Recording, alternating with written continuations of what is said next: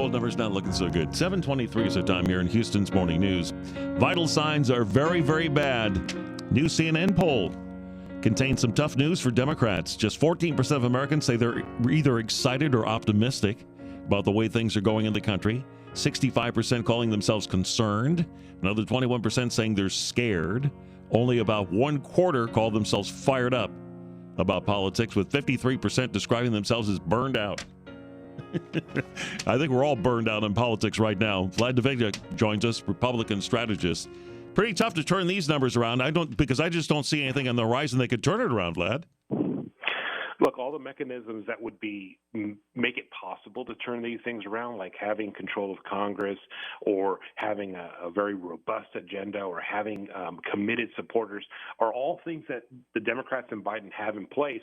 And they've squandered them because rather than choosing actual solutions that help Americans and finding ideas that support American families, they've engaged in a leftist assault on our democracy, trying to pursue this radical agenda that nobody wanted, nobody voted for, nobody asked for.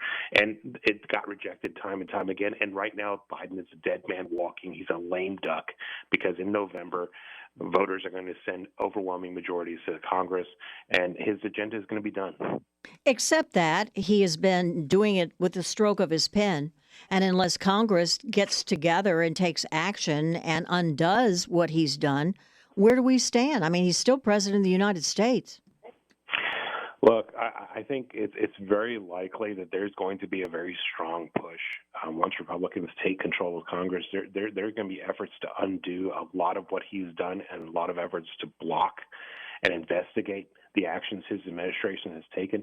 Some members of Congress and some candidates for office are even suggesting that he should be impeached once Republicans retain the majority, just for his failures to find solutions that Americans need to be able to prosper, to be able to provide for their families. Certainly he has inherited his phone and his pen from the Obama administration, which is exactly what he's been doing. He's been following the playbook laid down by Barack Obama, who he served as vice president for 8 years. And he's following that same playbook, and he thinks it's going to work, but it only works if you've got majorities to protect you in Congress. Once that's gone, their investigations start and restrictions start, and the agenda stops. You bring up the impeachment word. Certainly, there's a lot of criticism over the attempts, or the actual impeachment, if you will, twice of Donald Trump.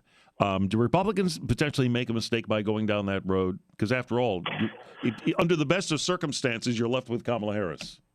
Look, I think it would probably not be the best way to proceed. I think the most logical thing to do would be for Joe Biden to realize he's not only out of touch and out of step with the American public, but he clearly does not have what it takes to do this job. He is suffering from cognitive decline, and his decision making has proven that. He should resign, and he should step aside.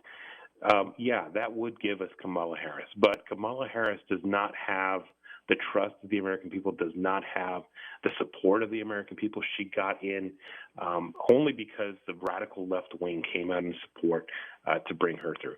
And she would have no ability to get anything done, and no ability to move the agenda, no ability to actually affect policy in America. She would be stymied. She would be basically a placeholder for the next year and a half, 2 years, until Republicans were able to retake the White House.